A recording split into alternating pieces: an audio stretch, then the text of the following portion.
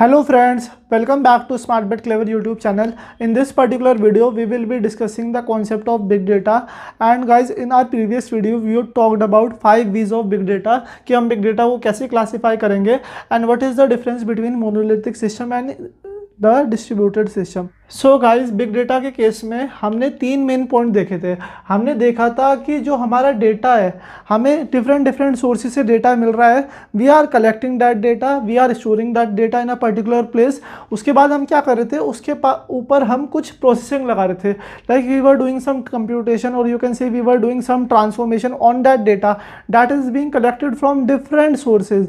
And उसके बाद हम क्या कर रहे थे, डेटा कलेक्ट करने के बाद we were able to draw some value मतलब क्या है, we were able to draw some business outcome from that particular data.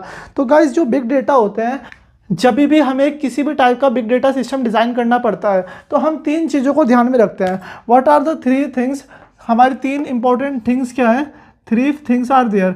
First of all, where my data will be stored, where my data will be stored, where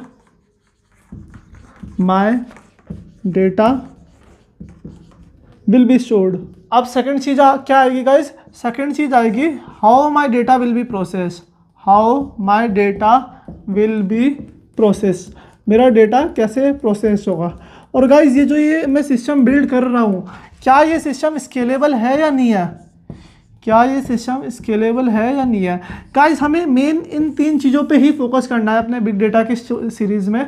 हमें क्या देखना है कि जो हम डेटा को स्टोर कर रहे हैं अलग अलग जगह से ला के, वो कहाँ पे कर रहे हैं, क्या ये अच्छा सिस्टम है या नहीं है जहाँ पे मैं डेटा स्टोर कर रहा हूँ। और जो मैं स्टोर कर रहा हूँ डेटा, उसके ऊपर क्या मैं कोई प्रोसेसिंग लगा पा रहा हूँ, और अगर लगा पा रहा हूँ तो कहाँ लगा पा रहा हूँ।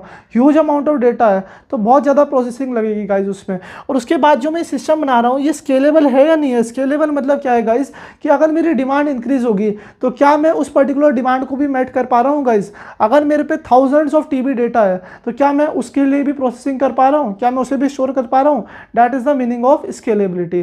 सो गाइज हमें इन 3 पिलर के ऊपर ही बात करनी है अपनी बिग डेटा की सीरीज में।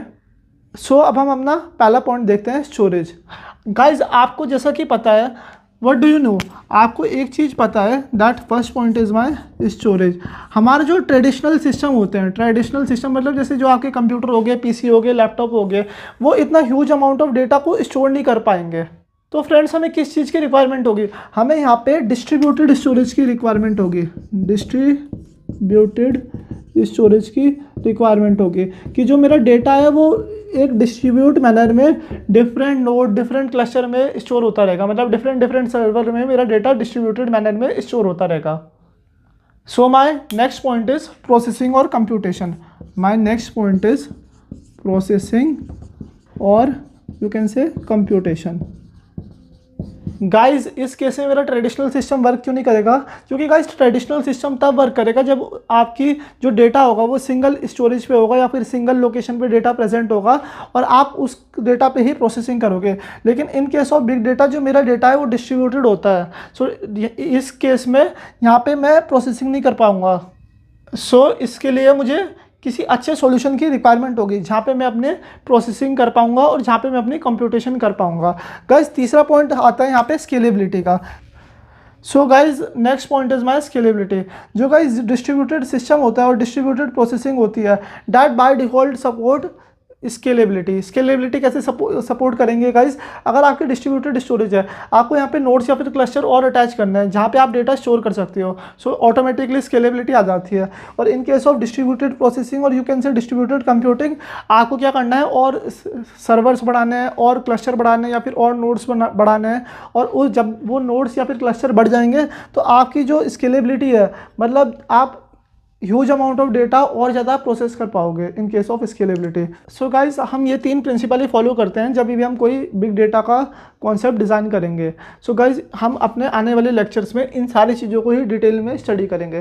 गाइज एक काम करते हैं, हम इस वीडियो में ही एक टॉपिक और स्टडी कर लेते हैं कि जो ये एक्चुअल सिनेरियो बन रहा है ये किस हिसाब से बन रहा है, और हम इसका आर्किटेक्चर या फ्लो देख लेते हैं कि कैसे कैसे किस किस सीक्वेंस में किस किस फ्लो डायग्राम के हिसाब से ये पर्टिकुलर स्टेप्स चलेंगे। So let's discuss the step. So guys सबसे पहले मैंने आपको क्या बताया था कि मेरा जो डेटा होगा वो डिफरेंट सोर्सेज से आएगा। Suppose this is my source 1, ये मेरा सोर्स 2 है, ये मेरा सोर्स 3 है। इन सब सोर्सेज से मेरा क्या होगा, डेटा आएगा and I will be collecting that particular data. Are you getting that thing? मैंने क्या कर लिया, अपने डेटा को कलेक्ट कर लिया। So I will be collecting my data from multiple data sources and I will be collecting them in a particular storage. So यहाँ पे क्या कॉन्सेप्ट है, यहाँ पे कॉन्सेप्ट आएगा गाइस, जो मेरा डेटा होगा, I am collecting my data from multiple sources. मैंने क्या किया, अपने डेटा को मल्टीपल सोर्सेज से उठा लिया और उसके बाद मैंने क्या करूँगा, इस डेटा के साथ I will be needing an injection framework. मुझे किस चीज़ की रिक्वायरमेंट होगी, I will be needing an injection framework. Injection framework का काम बेसिकली होता है, injection framework will help me to transform, basically you can say help me to move my data from source to the destination. अगर आप azure के case में बात करोगे, एज्योर क्लाउड के बेसिस में, in that particular case Azure data factory can be use as an injection framework. So guys अब मेरा एक इंजेक्शन फ्रेमवर्क आ गया। अब इस इंजेक्शन फ्रेमवर्क के थ्रू ये जो मेरा डेटा होगा, ये एक मेरी पर्टिकुलर स्टोरेज पे मूव कर जाएगा। I will be able to place my data in a particular storage. इस केस में अगर एज्योर के केस में बात करूँगा तो we can say data lake या फिर ADLS Gen 2 के बारे में, ये सारी चीज़ें हम डिटेल में समझेंगे। आप बस ऊपर ऊपर से अभी ये चीज़ें देखो कि मैंने इसे एक स्टोरेज में रख दिया। अब गाइज मेरा डेटा आ गया एक पर्टिकुलर स्टोरेज पे, मैं डेटा को ले आया। अब मेन काम क्या है मेरा, मेन काम है गाइज मेरा प्रोसेसिंग का। मुझे ये डेटा तो मिल गया, अब मैं इसमें अपने प्रोसेसिंग लगाऊंगा, कुछ इसमें टास्क करूंगा या फिर कुछ ट्रांसफॉर्मेशन करूंगा और इसमें हम प्रोसेसिंग लगाएंगे। अब प्रोसेसिंग करने के बाद क्या होगी, यहाँ पे मेरी एक सर्विंग लेयर आएगी, यहाँ पे एक सर्विंग लेयर का कॉन्सेप्ट आएगा। प्रोसेसिंग करने के बाद मैं सारा डेटा सर्विंग लेयर में रख दूंगा। अब ये जो ये सर्विंग लेयर है, इस सर्विंग लेयर के थ्रू क्या होगा गाइज, इस सर्विंग लेयर के थ्रू जो मेरा डेटा रेडी हो जाएगा सारी ट्रांसफॉर्मेशन के बाद, इसके बाद मैं इस पर कुछ कंक्लूजन ड्रॉ कर सकता हूँ। कंक्लूजन कैसे ड्रॉ कर सकता हूँ गाइज, अगर आपको पावर BI वगैरह का कॉन्सेप्ट याद है या फिर अगर आपने टैबलो वगैरह पढ़ा हुआ है तो आप इससे डैशबोर्ड बना सकते हो। अगर आप डेटा साइंस के बारे में बात करोगे तो आप इस डेटा के थ्रू अपने मॉडल को ट्रेन कर सकते हो, कुछ बिजनेस आउटकम परफॉर्म कर सकते हो या कुछ भी काम कर सकते हो इस डेटा के थ्रू, क्योंकि ये प्रोसेस डेटा होगा।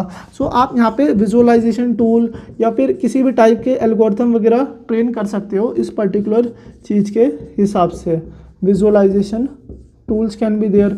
सो आपको ओवरऑल फ्लो समझ आ रहा है। So what is the basic role of data engineer. Data engineer का सिंपल काम ये होता है, डेटा इंजीनियर डिफरेंट सोर्सेज से डेटा को कलेक्ट करता है, उसमें कोई अच्छी ट्रांसफॉर्मेशन लगाएगा कि मेरे जो एंड यूज़र है या फिर जो मेरा क्लाइंट है उसे किस तरीके से डेटा मुझे प्रेजेंट करना है। सो वो डेटा को क्या करेगा, ट्रांसफॉर्म करेगा और उसे प्रेजेंट कर देगा। अगर उसे डैशबोर्ड बना के दिखाना है तो he will be creating dashboard with the help of power BI। So what we can say, data engineer are responsible for providing the data in the form that consumer request for। मतलब data engineer की sole responsibility हो जाएगी कि वो मेरे उस format में data present करके देंगे जिस फॉर्मेट में मेरा कंज्यूमर रिक्वेस्ट करेगा। सो गाइज मैं आपको इसी वीडियो में 2 पॉइंट बताना चाहता हूँ कि जैसे मैंने डेटा को मल्टीपल सोर्सेज से लेके आ गया और मैंने एक इंजेक्शन फ्रेमवर्क के थ्रू स्टोर कर दिया, तो मैंने क्या किया, सबसे पहले I have extracted the data from different sources. मैंने एक्सट्रैक्ट किया, उसके बाद मैंने यहाँ पे क्या किया, I have load that particular data on my storage and then I am performing the transformation. So guys अगर आपने ये बिग डेटा का कॉन्सेप्ट पढ़ा होगा, सो आपने ETL के बारे में पढ़ा होगा, ETL एंड आपने ELT के बारे में पढ़ा होगा। अब इन दोनों में डिफरेंस क्या है वो तो हम आने वाली वीडियो में डिटेल में समझेंगे, लेकिन आप इस चीज़ का बारे में सोचो। ETL mean extract transform and load, और यहाँ ELT मतलब extract load and transform. So extract transform और लोड का क्या मतलब है, first of all you will be storing the data. आपने क्या किया, सबसे पहले डिफरेंट सोर्सेज से डेटा उठाया, you have collected that data and then only you are performing the transformation. Are you getting the thing.